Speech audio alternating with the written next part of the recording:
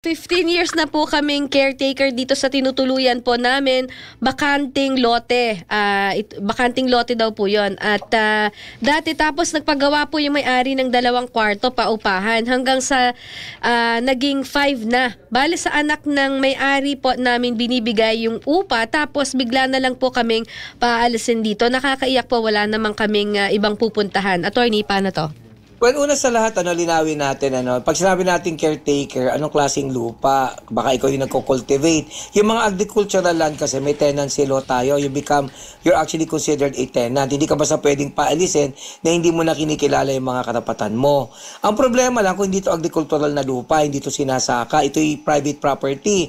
Na halimbawa, madalas mangyari yung mga mayayaman kagaya ni Miss Chen, may mga properties sila sa iba't ibang lugar. Diba? Ngayon kung may property ka sa ibang lugar, syempre hindi mo mapuntahan, nag-hire ka ng caretaker. So yung caretaker na yon ang nag-asikaso, nangangasiwa ng property mo.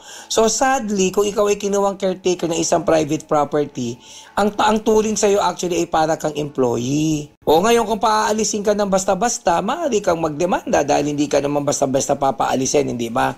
At kung papaalisin ka, dapat bigyan ka man lamang ng karampatang incentive supposedly.